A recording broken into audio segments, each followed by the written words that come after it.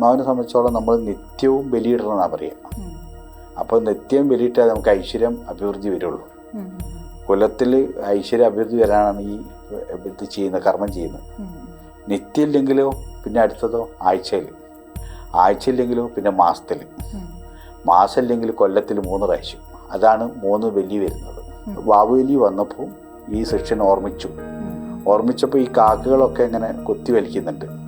കാരണം പിണ്ടം വെച്ച ചോറ് ഇതൊക്കെ കൊടുത്തിട്ട് വലിക്കാണ്ടപ്പോൾ ഭഗവാൻ പറഞ്ഞു, ശ്രീനാരായണ ഭഗവാൻ പറഞ്ഞു, ഒന്ന് എന്നെ തൊട്ട് നോക്കിക്കോളൂ പറഞ്ഞു.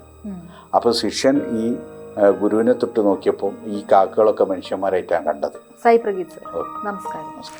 ABC മലയാളം ജ്യോതിഷത്തിലേക്ക് സ്വാഗതം. ഈ ആത്മാക്കൾ, ഒരു ആൾ മരിച്ചു കഴിഞ്ഞാൽ ആ ആത്മാവിന് എത്ര നാൾ ഭൂമിയിൽ വസിക്കാൻ സാധിക്കും?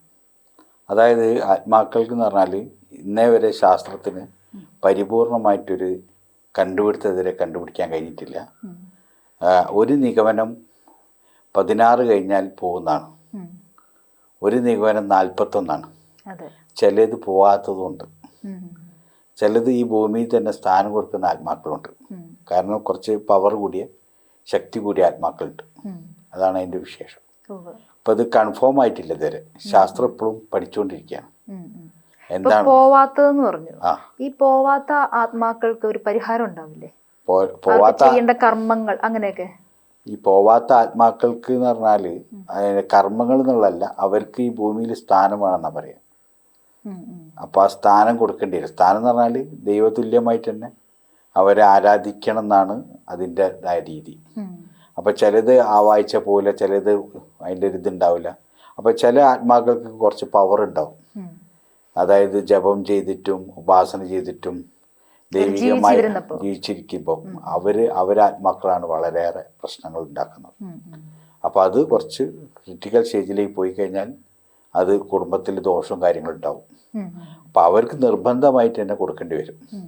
അപ്പോൾ മേഡം കേട്ടിട്ടുണ്ടോയെന്ന് അറിയില്ല, അതിലൊരു ആത്മാവാണ് വെട്ടുമൂർത്തി എന്നറിയും, പിന്നെ ഭണ്ഡാരമൂർത്തി അറിയും. അപ്പോൾ ഈ അസുഖമായിട്ട് മരിച്ച ആത്മാവിനാണ് ഭണ്ഡാരമൂർത്തി അറിയും, വെട്ടിക്കൊന്ന ആത്മാവിനെ വെട്ടുമൂർത്തി എന്ന് പറയും. ഇത് രണ്ടും പല കുടുംബക്ഷേത്രത്തിൽ സ്ഥാനം കൊടുക്കുന്നുണ്ട്. അത് ഇതിൻ്റെ വിഷയമാണ് സംഭവം. കാരണം ഇവർ കുറച്ച് പവർഫുൾ ആൾക്കാരായിരിക്കാം. അപ്പോൾ ഇവർ അങ്ങനെ മറ്റുള്ള രീതിയിൽ പോകില്ല.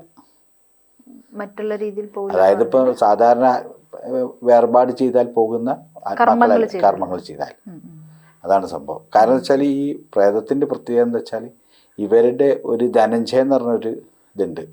10 പ്രാണനാണ്. ആ ധനഞ്ജയനാണ് കർമ്മം ചെയ്യുന്നത്. അപ്പോൾ അവർക്ക് സായുജ്യം കൊടുക്കുക, മോക്ഷം കൊടുക്കുക എന്നുള്ളതാണ്. അപ്പോൾ സത്യത്തിൽ ഈ ആത്മാവ് എന്ന് പറയുന്ന സംഭവം പോകുന്നില്ല, ഇവിടെ തന്നെയാണ്.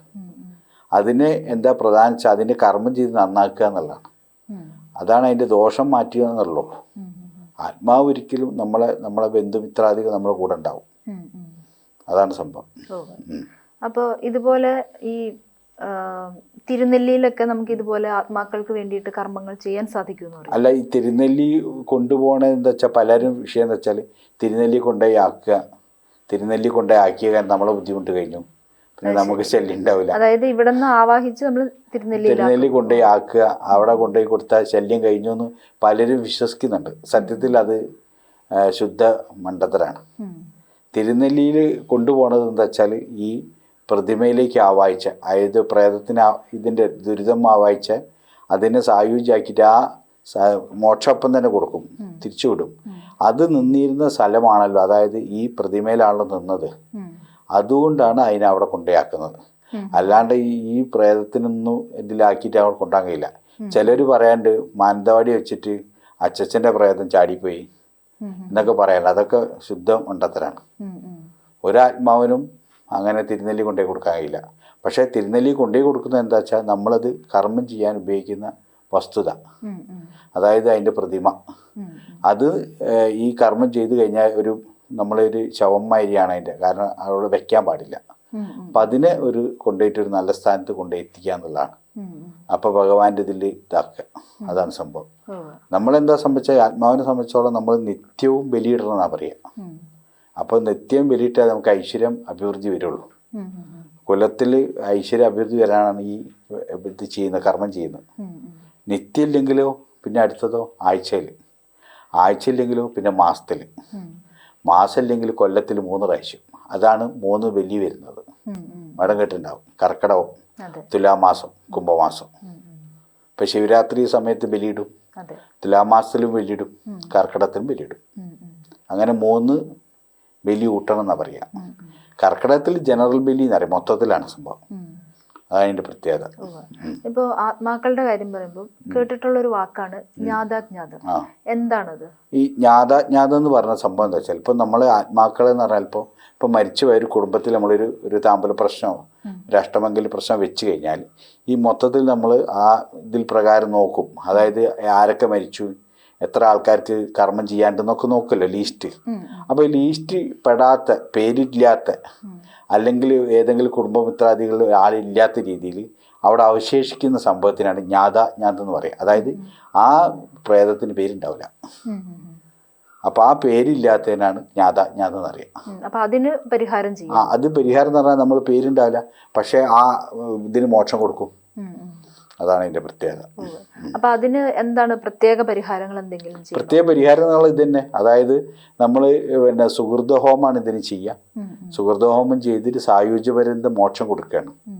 അതാണ് സംഭവം. അങ്ങനെ ചെയ്തില്ലെങ്കിൽ എന്തെങ്കിലും ദോഷങ്ങൾ സംഭവിക്കും? ദോഷം എന്ന് പറഞ്ഞാൽ ഇതിന് മോക്ഷം കിട്ടൂല, അതിന് പൂർണ്ണത കിട്ടൂല. അതാണ് ഇത്. ഈ കർമ്മം ചെയ്തിട്ട് നല്ല രീതിക്ക് ആക്കണം. അതാണ് ഒന്നത്. ഹൈന്ദവ വിശ്വാസം അങ്ങനെയാണ്. പിന്നെ രണ്ടാമത്തത് മോക്ഷം കിട്ടുന്നത് ഇങ്ങനെ ബലികർമ്മങ്ങൾ ചെയ്തിട്ടാണ്. അപ്പോൾ ഈ ബലികർമ്മങ്ങളാണ് ഇതിൻ്റെ വിഷയ സംഭവം. അപ്പോൾ ഇതിലെന്താ വെച്ചാൽ, ഇതിൽ 100% സത്യസന്ധമായിട്ടൊരു കാര്യമാണെന്ന് ശ്രീനാരായണ ഗുരു എന്ന മഹാൻ തെളിയിച്ചിട്ടുണ്ട്. അദ്ദേഹത്തിൻ്റെ ഒരു ശിഷ്യൻ ചോദിച്ചിട്ടുണ്ട്, ഈ ബലികർമ്മങ്ങളൊക്കെ സത്യമാണോ? അപ്പം അദ്ദേഹം പറഞ്ഞു വെച്ചാൽ, അടുത്ത വാവുബലിക്ക് ഒന്ന് ഓർമ്മിച്ചോളൂ, ഞാൻ എന്താ വേണ്ടത് വെച്ചാൽ പറഞ്ഞു തരാറ്. അപ്പോൾ ഈ അടുത്ത വാവുബലി വന്നപ്പോൾ ഈ ശിഷ്യൻ ഓർമ്മിച്ചപ്പോൾ ഈ കാക്കകളൊക്കെ ഇങ്ങനെ കൊത്തി വലിക്കുന്നുണ്ട്. കാരണം പിണ്ടം വെച്ച ചോറ് ഇതൊക്കെ കൊടുത്തിട്ട് വലിക്കാണ്ടപ്പോൾ ഭഗവാൻ പറഞ്ഞു, ശ്രീനാരായണ ഭഗവാൻ പറഞ്ഞു, ഒന്ന് എന്നെ തൊട്ട് നോക്കിക്കോളൂ പറഞ്ഞു. അപ്പോൾ ശിഷ്യൻ ഈ ഗുരുവിനെ തൊട്ട് നോക്കിയപ്പോൾ ഈ കാക്കകളൊക്കെ മനുഷ്യന്മാരായിട്ടാണ് കണ്ടത്. അപ്പം അത് ഉള്ള സത്യമാണ് സംഭവം. എല്ലാ അനാചാര അന്ധവിശ്വാസങ്ങളെയും എതിർത്തിരുന്ന ശ്രീനാരായണ ഗുരു വരെ ഇതിന് സപ്പോർട്ടിങ്ങാണ്.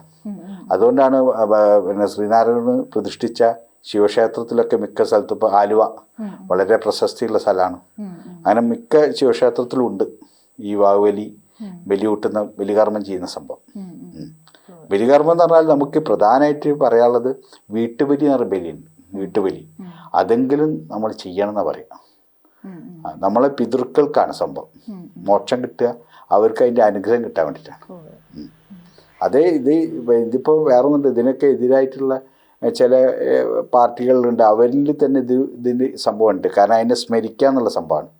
കാരണം ഒരു നേതാവ് മരിച്ചു പോയാൽ ആ നേതാവിനെ സ്മരിക്കുന്ന ദിവസങ്ങളുണ്ടല്ലോ നമ്മളെ ഈ കേരളത്തിൽ പല സ്ഥലത്തുണ്ട്. അതും ഇത് തന്നെയാണ് സംഭവം, ആ സ്മരിക്കുക. അപ്പം സ്മരണാഞ്ജലി എന്നുള്ള രീതിയിലാണ് സംഭവം വരുന്നത്. നന്ദി സർ. ജ്യോതിഷമോ വാസ്തുവോ പൂജയോ നിങ്ങൾക്ക് ആവശ്യമുണ്ടോ? താഴെ കാണുന്ന നമ്പറിൽ വാട്സപ്പ് ചെയ്യൂ. നിങ്ങൾ ചെയ്യേണ്ടത് ഇത്രമാത്രം: താഴെ കാണുന്ന നമ്പർ നിങ്ങളുടെ മൊബൈലിൽ സേവ് ചെയ്യൂ. അതിനുശേഷം ഞങ്ങളുടെ നമ്പറിലേക്ക് വാട്സപ്പിലേക്ക് ഹായ് അയയ്ക്കൂ. ജ്യോതിഷ സംബന്ധമായ എല്ലാ ആവശ്യങ്ങൾക്കും ABC മലയാളം നിങ്ങളോടൊപ്പമുണ്ട്. സമ്പൂർണ്ണ ജാതകം, സാധാരണ ജാതകമല്ല, സമ്പൂർണ്ണ ജാതകം. 75 പേജുകളടങ്ങിയ സമ്പൂർണ്ണ ജാതകം 250 രൂപയ്ക്ക് നിങ്ങളുടെ കൈകളിലേക്ക്. അതിനായി നിങ്ങൾ ചെയ്യേണ്ടത് ഇത്രമാത്രം: താഴെ കാണുന്ന നമ്പറിൽ ബന്ധപ്പെടുക. ജ്യോതിഷവുമായി ബന്ധപ്പെട്ട എല്ലാ വിശേഷങ്ങളും നിങ്ങളിലേക്കെത്താൻ ABC ജ്യോതിഷം സബ്സ്ക്രൈബ് ചെയ്യുക.